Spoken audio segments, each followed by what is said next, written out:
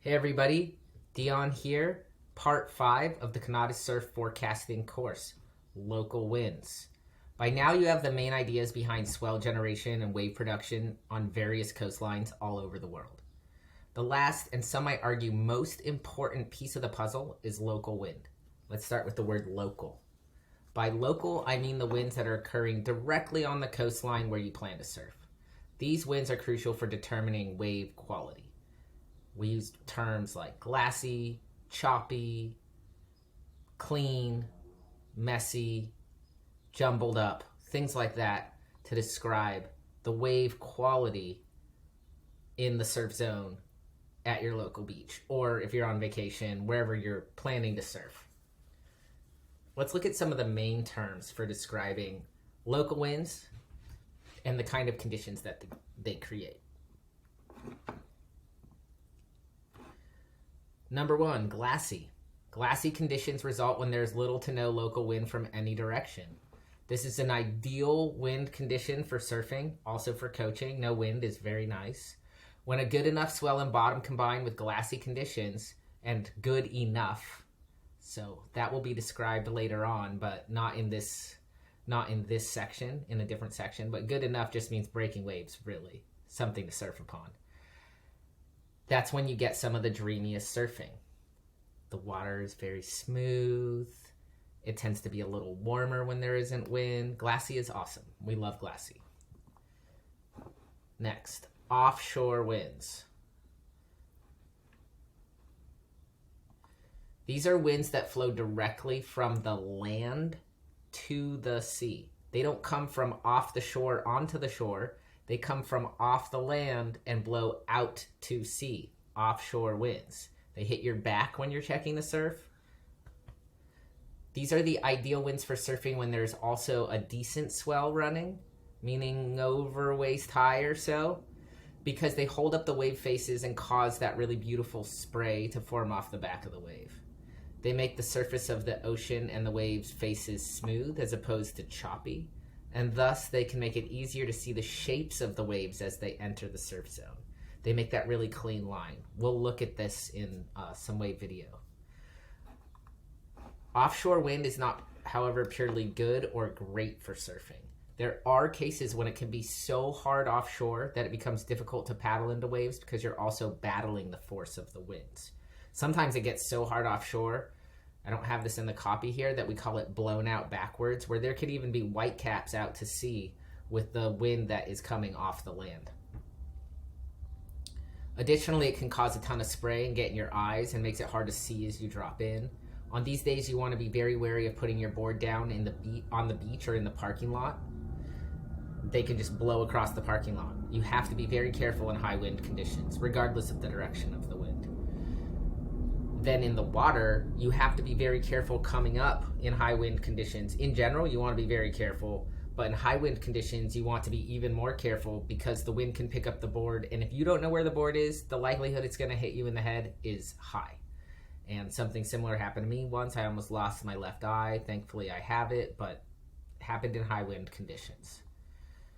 In some cases, this is where offshore winds are not constitutively good all of the time. They can hamper a swell from entering the shore or blow an existing swell away or back out to sea. Basic friction. The swell's trying to enter into the beach and the winds are blowing it away. We get this a lot on the East Coast where a nice swell will come in. As the storm moves off that brought the swell in, the offshore winds come. And the waves are nice for a couple of hours or even a day. And then the next day or even later in the day, it is completely flat. This can totally happen.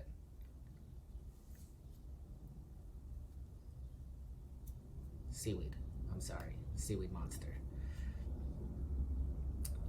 Last, offshore winds can be cold, even if the water temperature is on the warm side. So if you plan to surf in strong offshore conditions, be prepared with some gear that will keep you extra warm.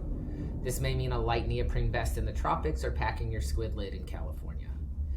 Next, onshore wind or onshores. These are winds that flow directly from the sea to the land. They come from the sea onto the shore. They hit you straight in your face when you're checking the surf.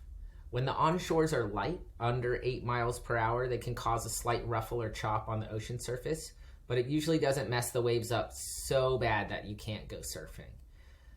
A moderate onshore wind, 9 to 12 miles per hour, can start to make the surf quite messy and unorganized, blowing down the tops of the waves and making the conditions difficult to read. Now, in that 8 to 12 miles per hour, you want to be very vigilant because it can feel more like 4 or 3 and more like 15. So this is a case in those in-between zones where you just have to pay attention, and I'll go through how you're going to verify that later on. Hard onshore wind, anything over 12 miles per hour, makes the conditions extremely disorganized and choppy. You just have waves falling all over the place. This is when you start to see whitecaps. Additionally, the wave faces themselves might have little chops in the face. Just as offshores are not unconditionally good, onshores are not unconditionally bad or poor for surfing. For one thing, surf forecasting websites like surfline.com will always give days with onshores a poor rating, which means that you can usually find some uncrowded surf on those days if there is any swell to surf. Second, if there isn't much swell, onshore winds can bring whatever swell is out to sea in towards the land. So you get the trade-off of sloppy conditions for the existence of waves at all. In this way, onshore winds are related to local wind swell.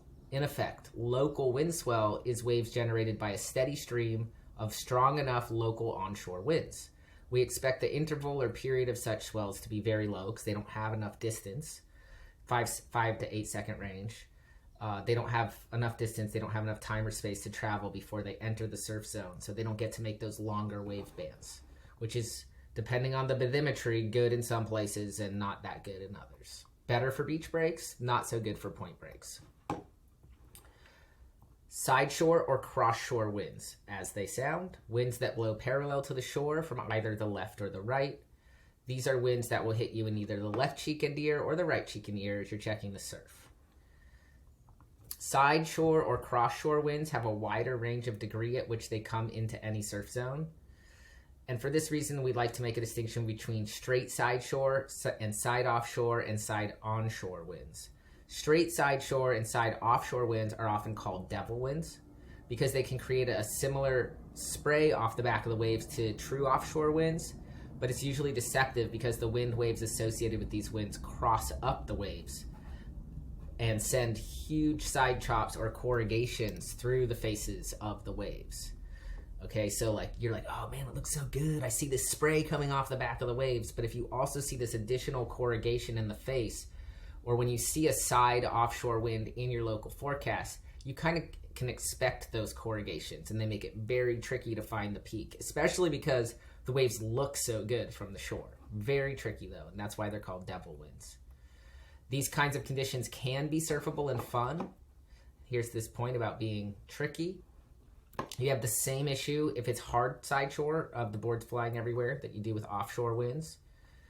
Side onshore winds are usually bad, unless they're negligible, just like all of the other winds. If any wind is negligible and it's veering towards glassy conditions, great. And then, in a way, the side onshore is the worst of the worst. It's devil corrugation with onshore chop. Tends to be pretty bad. But if you need reps and want to experience them for yourself, you can be certain it won't be crowded. That's the upshot. Okay. Before we get to the next section, we're gonna look at some waves, just so we have a visual reference. This is the same wave video from the previous course. Okay, so we're gonna go through here. See the spray off the back of these waves? This is a side offshore wind in Rhode Island. The corrugation I'm talking about are these lines, these ribs in the wave. And so it's holding up. You see the chops, it's pretty hard side offshore. This is a northwest wind at Narragansett. A true west wind is going to be more straight offshore here. But it has this spray coming off of the wave, but the wave face isn't like perfectly clean. Okay. This is another side shore conditions. And you can really see the cross chop and the way that it creates this disjointed line. That's the corrugation there that I'm talking about in a side offshore condition. Okay. This is a more straight offshore, but it has a little bit of side offshore. This is a northeast wind in Rockaway. Here's veering towards glassy conditions. Very little winds, light offshore winds. So when we say glassy, this is what we mean. Oh, wow. Is there a sea creature out there I didn't notice before? Or is that a bird? Oh, that was a bird. Glassy. It looks like glass. Okay? Very little wind. Really ideal. The one thing I will say about glassy conditions is because there isn't a lot of wind. If there was a storm the night before, it can stay jumbly or morning sick if it's glassy. So glassy is also, there's no like incontrovertibly good surfing conditions unless the surf is incontrovertibly good. Here's some more glassy light offshore conditions. You see a little bit of a side shore corrugation on this wave, but for the most part, the wave is staying open and the surface of the wave is smooth. The surface of the water is smooth. There's not a lot of wind out there in this day. Similar, this is a little harder offshore, but pretty light. Smooth. We're looking just at smoothness with a light spray. Very similar here again. This is a more side shore kind of condition, side onshore. Here's hard offshore conditions. That's the spray, the high winds that I'm talking about.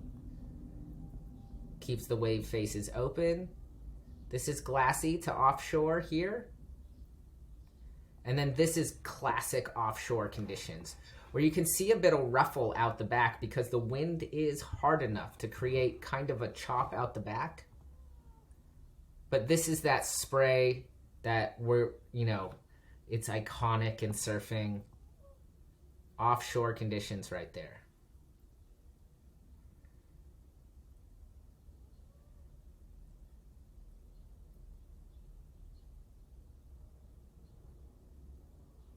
Yeah, beautiful spray, holds the wave up, can make the wave more tubing, easier to get in the tube, but at the same time, the winds coming from the land can hang you up in the lip. So, again, not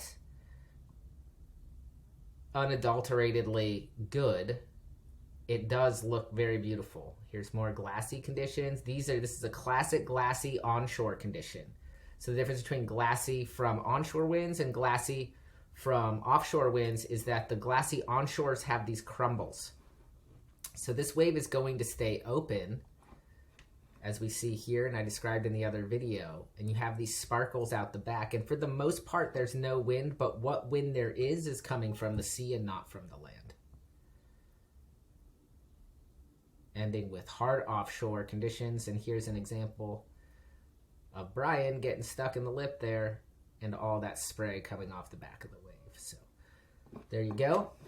Basic view of that. All right. What determines the directions of these winds? How do I know whether the winds will be glassy, offshore, onshore, side offshore, or side onshore? Where should I look to predict this? How accurate are these predictions? All right, number one, wind direction is determined by your relative position on the earth. I'm going to pull up Google Maps and talk about this very briefly.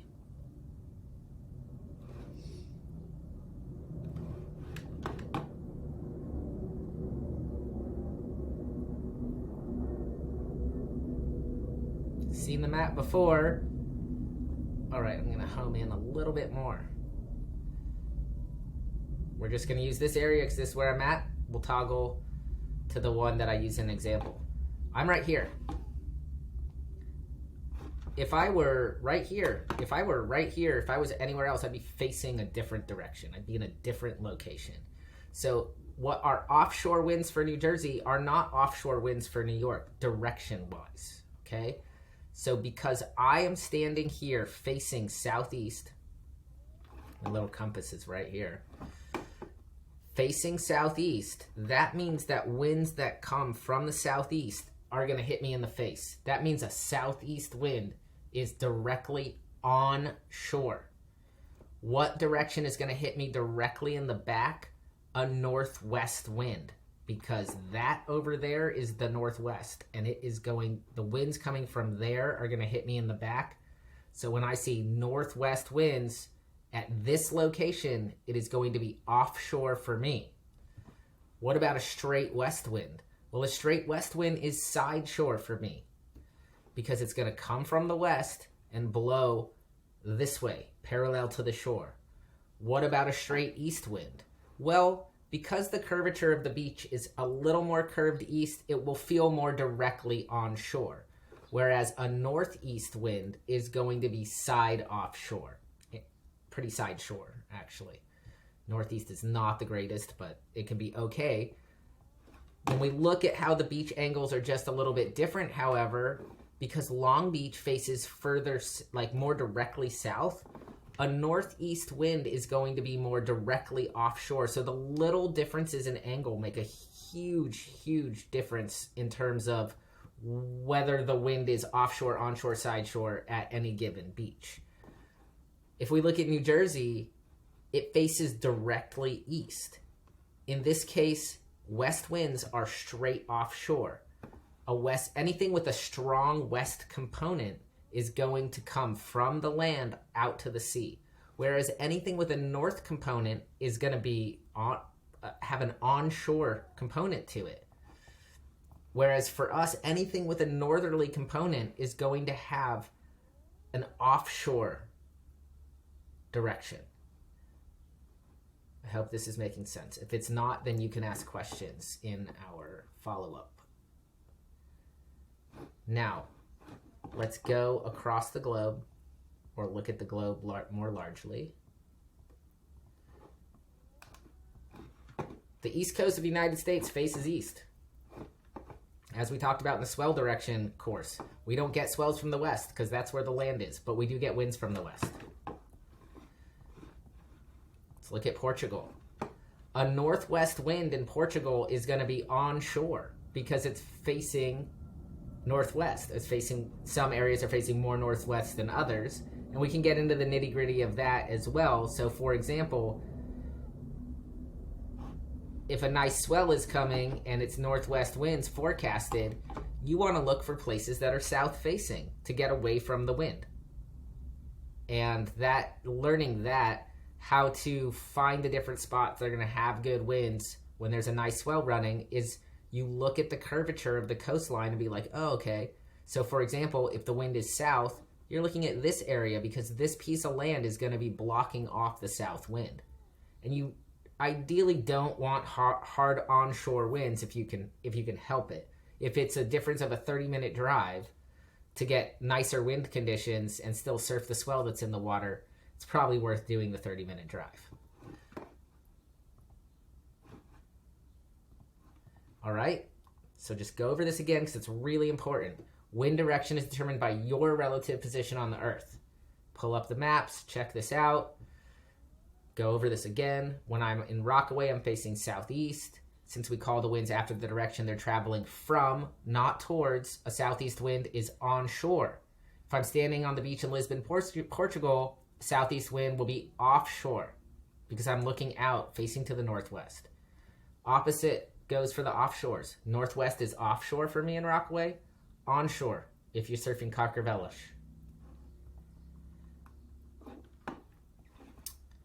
All right, local winds, like all winds, are determined by larger weather systems. And as such, they are in the aegis of your local weather forecast. Over the past 4 to 5 years, I've come to rely more heavily on local weather. I use Wonderground, just listing a few others, than on Windy or Windfinder or Surfline. I will say I look at least 2 to 3 wind forecasts to compare them against one another to see where they line up and diverge. Just going to look at this now.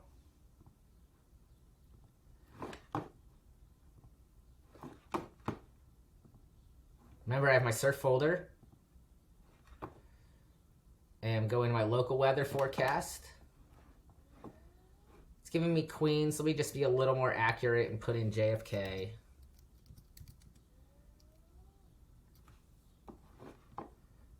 I click this hourly button here. Oh, that is not. I'm like, Malaysia? What is this? No. JFK. I want John F. Kennedy International Airport. That was weird. Okay, here we go. I was like, it's not 85. I click this hourly button here. Hourly, let's go. Careful with the pop-up ads. Okay. And let me see if I can view. That wasn't what I wanted. See, pop-ups. Ooh, it's the only problem with these. Great. Here we are. This is, I already clicked for tomorrow. So in the tomorrow, 5 a.m., sun's going to be up around then. North, these are great winds for New York all the way, and it's going to get harder, the offshore. So it starts off pretty hard in this 15 miles an hour. Never really gets above 19, so I'm not that worried about not being able to hold sessions, but if the swell is small, it could make it go flat. All right, I'm going to click to Thursday. You see this, the 10 miles per hour from the north-northeast, favorable winds, and then around 9 a.m., the wind switches direction to a less favorable direction, but they're light winds. Then we see the winds come up from the south, which is not a favorable direction, and they get pretty strong. Again, you want to, check different sites, see what they say, but I've been using this one. This is just how I get the general overview. Then Friday, it is looking like relatively hard, bad winds, hard onshore. That could make a little bit of swell for us. Lighter onshore winds for Saturday with rain. That could be gross. And then Sunday, the rain stops in the morning and the winds go to this light side offshore. All right. Now let's look at Surfline and see what they're saying for my area.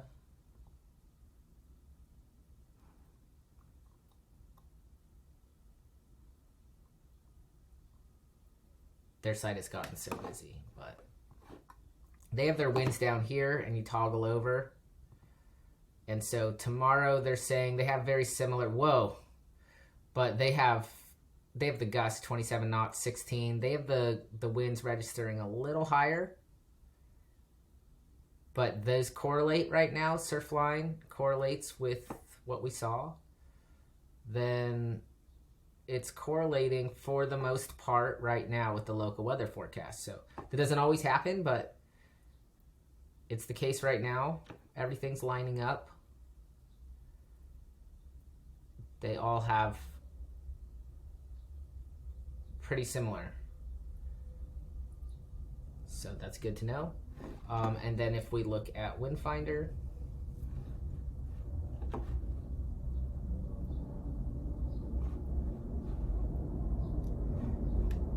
this is the onshore system. If we click right here, southwest 21 miles per hour. I find that Windfinder really overcalls the winds. You see the offshore winds, but at this point, everything is lining up. So all three wind forecast sites have the same reading. That's pretty high confidence. And it also shows that the local one was right vis-a-vis the surf websites.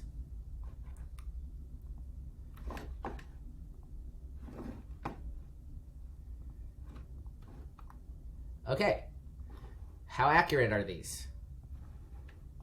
These predictions are only accurate up to 24 hours before your planned surf, so you want to keep checking them daily.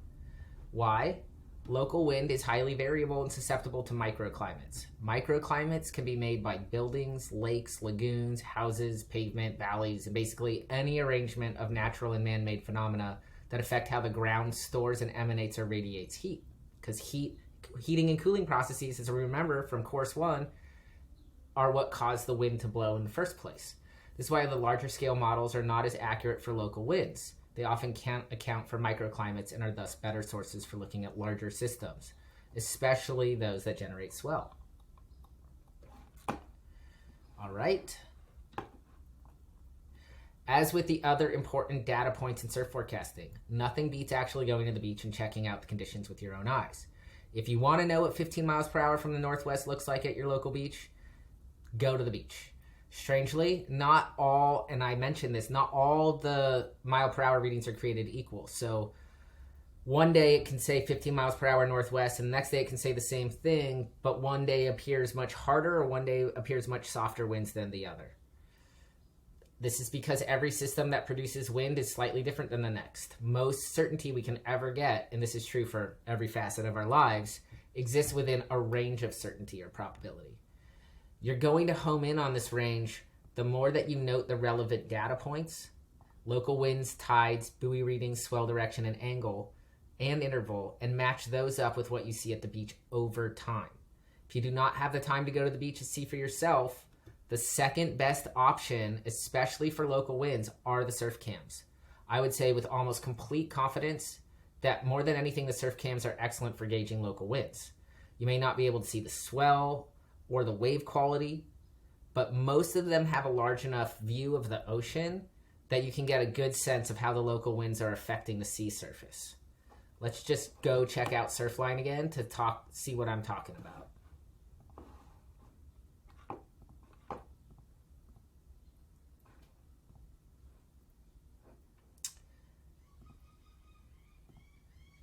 All right, so we're here. Just gonna keep using Rockaway for you. We'll go to a different camera too. We have the 4 cameras. And we can see this light onshore wind. The surface is ruffled, and you see the waves are crumbly. Right here, they're calling the wind 8 knots from the south-southwest, and that looks about right. But this is a stronger 8 knots. It's not quite white capping out the back, but it is looking a little bit like more on the 10 to 12 mile per hour. Is it possible to surf in these conditions? Yeah, you could tell there's a little swell running if you needed reps or you wanted to get out and paddle and like ride the worst whitewater in the world. You could do it. But again, go to this is sometimes the surf is forecasted for like 12 miles an hour onshore and you check the cams and it's glassy. So it's important to, if you have access to a view of the ocean, to check that out, because even the local weather forecast can be wrong. Now let's look at Steamer Lane, California. There's a south swell in California right now. They have relatively glassy conditions, so very low wind conditions. If somebody wanted to go surf steamers right now, they could check the cam and be like, okay, tide looks a little bit high. There's a bit of a wave. And yeah, this cam really gives a sense of the whole entire surf scene. And you can see from this view, they got a close-up view now. That's cool. Oh, I guess I paused it. Well, whatever. You can see it's glassy there. And let's see if we have Pipeline, sure. Pipeline is looking pretty flat, but it's kind of glassy conditions. So just good for that.